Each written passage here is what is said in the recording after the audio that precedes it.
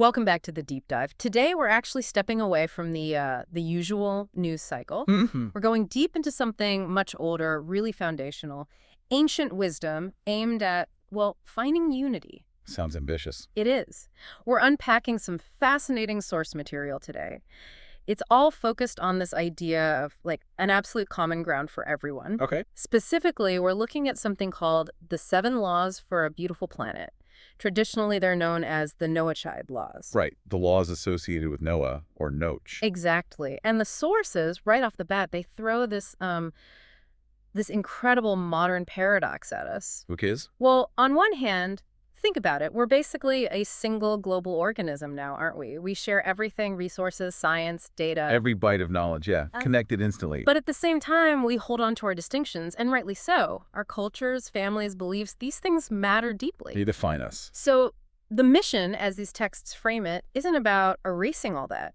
It's about finding a kind of new consciousness, one that lets us keep our unique heritage, but still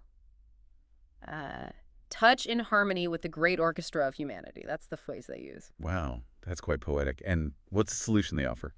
Is it some new That's what's so striking. It's not new at all. It's ancient. And the sources are very clear. They call it a non-religion. A non-religion? What does that even mean? It means it claims to have no specific houses of worship, no like formal conversion ceremony. It doesn't ask anyone to abandon their background. So it's claiming to be, what, the root underneath other systems? Pretty much, yeah. It suggests these principles are the single ethical root, the one from which major ethical frameworks originally sprang, Okay. and that they were preserved over time by the Jewish people, passed down from Noach, who they see as the common ancestor, after the flood, expanding on even earlier laws given to Adam. Right.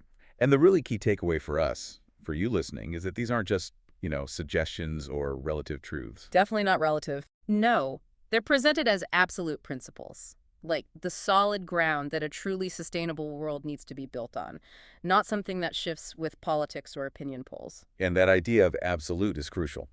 The power behind these laws, according to this wisdom, comes because they are outside the system. Outside the system? What system? Any human system. Think about logic or math or even a complex machine. Can any of them sustain or explain themselves entirely from within? I guess not. Logic needs axioms, assumptions you can't prove using logic itself. Exactly. So this tradition argues humanity, just left to its own devices, its own reasoning. Well, it can't sustainably figure out how to live together in peace. We didn't create ourselves, right? Okay. Therefore, we need to connect to something higher. An essence of being, the sources use the term essentia do ser, something infinitely beyond us. Okay, so that connection is foundational. And that brings us, I think, right to Law 1, the cornerstone of purpose. Law 1. Embrace the relevance of uniqueness. Yeah. This one's powerful. It basically says this essence of being, this higher reality, actually cares about what we're doing. Well, cares, like personally. Yes. And wants something specific from us. It means reality isn't just random, it's deliberate. It's full of purpose. Our lives have meaning in a larger context. Okay, that's a big shift from, say, a purely materialistic view. And the sources, they actually give a history of how we lost that clarity, don't they? They talk about idolatry. They do. A whole origin story. Initially, people felt this singular essence was just too much, unknowable, maybe too distant for daily life. So they focused on what they could see. Exactly. Forces of nature, sun, rain, fertility. They started thinking of these as like intermediaries or lesser gods, almost independent powers. And then came temples, statues. They built temples, made idols. And eventually you get generations who only know the rituals, the external stuff. They confuse the wood and stone, the symbols, with the actual power. And that had social consequences too, right? Like rulers claiming divinity. Big time. Human dignity apparently plummeted. Rulers saw their chance, claimed they were gods, or at least the only channel to the gods. Until Abraham, or Abraham as the source calls him, he sounds like a real game changer in this narrative. Totally. Presented as this revolutionary thinker. Raised in that idolatrous system, but he just couldn't buy it. He didn't believe the statues had power. No. He looked at the world, the sun, the stars, nature, and saw harmony, synchronicity. He had this intuition that all these forces worked together, connected to one single divinity behind it all. That must have been radical, challenging the kings who claim to be gods. Hugely radical. He basically said, hey, you don't need the king, you don't need the priest. Any person can connect directly to the supreme authority. I mean, think about the impact 3 major world religions trace their roots back to him. Wow. And it's interesting, some teachings even suggest the root concept of Brahman in Hinduism, that ultimate oneness, might connect back to his realization too. It was that profound. But the tradition makes a really important distinction here, doesn't it? Between Abraham's realization and what happened later at Mount Sinai with Moshe or Moses. Yes, a crucial difference for establishing absolute law. Abraham's insight was amazing, but it was still one man's conviction. Reached through his own brilliant reason. It was like humanity reaching up. Okay. Sinai, with Moshe, is described differently. It's portrayed as the infinite light, the luz infinita reaching in, touching everyone directly. A revealed experience, not just reason deduction. And that's the foundation, not human reason, but divine will. That's the core idea. Abraham showed the divine could be found through reason.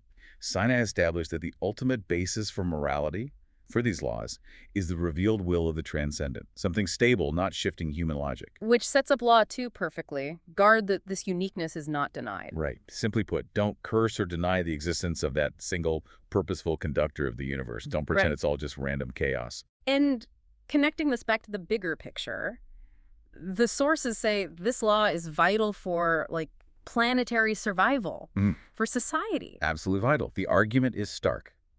Without that higher context, without acknowledging that purposeful conductor, morality itself inevitably collapses. Why inevitably? Couldn't we just agree on morals democratically? That's exactly the point the sources challenge.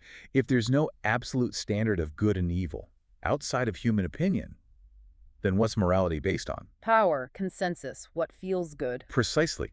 It becomes relative, changeable. If there's no objective good, then what's the purpose of anything? Why choose one action over another? Free will becomes kind of meaningless if there's no ultimate direction or value.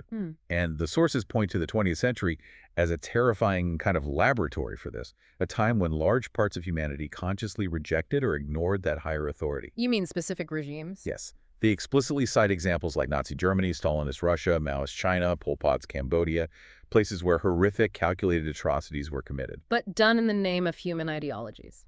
Exactly. Human ideologies. Without that connection to the transcendent, without that absolute moral anchor. So law, too, isn't just theological. It's presented as fundamentally practical. Denying the purposeful conductor is seen as a crime against humanity because it cuts us loose from our ethical foundation. That's quite a foundation. It really sets the stage for the next set of laws, doesn't it? The ones about how we interact, dignity and discipline. Law 3 is probably the most familiar one. Guard the sanctity of human life. Right. And it's not just don't murder. The instruction given to Noach, based on Genesis, included the reason. Because humans are made in the divine image, imagem divina. In the divine image. That gives every single person, what, infinite value? Infinite, unmeasurable value. That's the core principle. It's not about utility or status or anything else.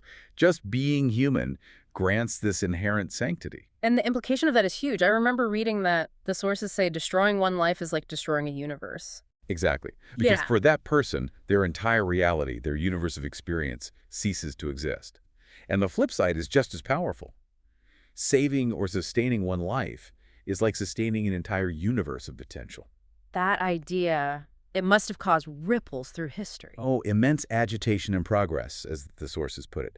This very principle that every person has intrinsic objective worth, divinely endowed, is highlighted as becoming the sort of non-religious bedrock for things like the American Declaration of Independence, other progressive constitutions that came later. A revolutionary concept, really. Okay, so if human life is that sacred, what about everything else? Animals, plants, resources? That brings us to Law 4, right? Yeah. Honor the sanctity of measured consumption. Yes. The literal rule given is quite specific. Don't eat meat taken from an animal while it's still alive. Basically, avoid causing unnecessary suffering. Okay, that seems clear. Animal welfare. It starts there, but the deeper spirit, the underlying principle, is much broader. It's about profound respect for all life and the function of everything we consume. Respect for food. How does that work? This tradition sees humans as unique. We're the bridge, essentially, between the material world and the spiritual or purposeful realm. The bridge. So when we consume something, food, energy, any resource, it shouldn't just be mindless fueling. It should be mindful. We should use the energy gained to elevate ourselves and our actions, to carry the life we consumed a step higher. A step higher. Can you give an example? Sure. Let's say you eat an apple or bread from wheat. That plant life fulfilled its function. Now you take that energy and instead of just, vegetating, you use it to do something purposeful. Like an act of kindness. Oh, Or creating something. exactly. An act of charity, studying wisdom, creating art, building community. You're transforming purely material energy into something with spiritual or conscious value. It's about seeing the magnificent unity of creation, recognizing that the energy in the apple is part of the same system as the energy in your thoughts and actions. That's a really different way of thinking about consumption. Okay, next up, Law 5. Respect the sanctity of private property. Sounds simple. Don't steal. Seems simple. But again, the definition here is much broader than just shoplifting or burglary. How so? Stealing, in this view, is anything that benefits you at the unjust expense of another person. Unjust expense. So that could include things beyond physical property. Absolutely. Your time is your property. Yeah. Your reputation is your property. Your sense of dignity, even. Wait, so things like gossip, could that be stealing? According to this definition, yes. If you gossip, you're essentially taking something from that person's reputation, diminishing them, often for your own momentary social gain or entertainment that's benefiting at their unjust expense. Wow, that sets a high bar, especially today with social media. Doesn't it? And it applies elsewhere, too. Advancing your career by subtly undermining a colleague, getting ahead by putting others down, laughing at someone, not with them, even obtaining property through means that are technically legal but fundamentally unfair. The sources say that benefit becomes like a dead weight, hindering your own purpose. That's a lot to think about. Okay, Law 6. The sources phrase it around harnessing human libido, but maybe we can say, disciplining our deepest urges. That works. This law prohibits destructive sexual practices, things like incest, adultery, rape, exploitation, practices that break down trust and the sanctity of relationships. But it's not just about prohibitions, is it? There's a positive side, too. Very much so. The positive framing is that sexual union, when approached correctly, is the very source of life. It mirrors something cosmic. Cosmic. Yeah, like the union of heaven and earth, the spiritual and the material coming together. Achieving that kind of harmonious, caring, committed union, it's seen as an art form. An art form, like music or dance. Exactly like that. It requires discipline, practice, focus, self-mastery. Just like a musician trains their fingers or a dancer their body for years, achieving this profound connection requires disciplining our raw, instinctual urges. And you mentioned before the sources call this an act of the supernatural. Why supernatural? Because it requires rising above pure animal instinct. When two people achieve that kind of disciplined, caring, conscious union, it's not just a physical act anymore. It's channeling intention, connection, creation, things that originate beyond the purely physical. It becomes an act that resonates with that higher purposeful order, supernatural in that sense. Oh, okay. Discipline leading to a higher connection. That brings us to the last one, the capstone, Law 7. Create mechanisms to ensure justice. Yes.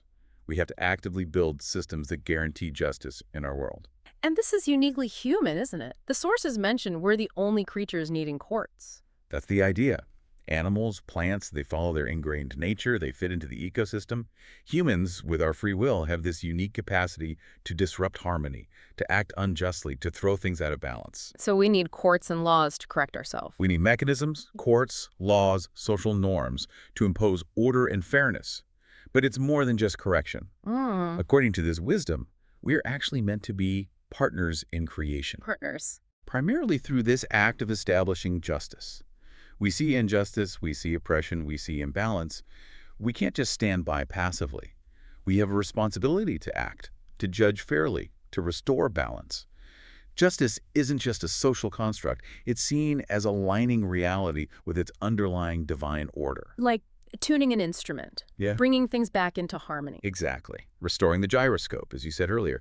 And the impact is profound. Even one small act of justice done for one person, the sources say it heals the whole world. Heals the whole world. How? Because it restores that synchronicity, puts that little piece of reality back into alignment with the higher supernal order. It reaffirms the pattern. Okay, 7 laws, ancient principles. But the sources connect this directly to now, don't they? They claim our current era, with all its technology and science, is actually moving us towards an age of peace predicted by these traditions. It's a bold claim, isn't it?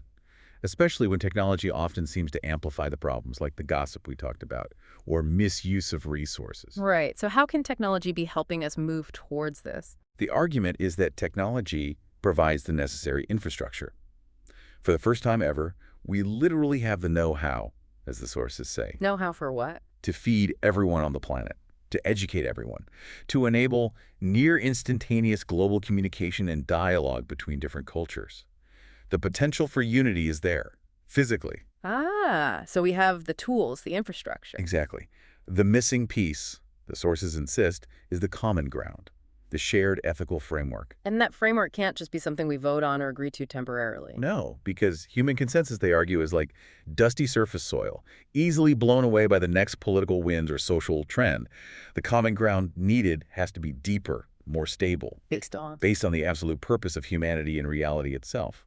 That foundational voice, the principles that Noach heard and transmitted, that's the bedrock they say we need. So this deep dive, it's really given us these 7 principles, absolute, not relative, aimed at creating a sustainable, harmonious world by connecting our actions back to a sense of ultimate purpose and inherent value. It demands a fundamental shift, really.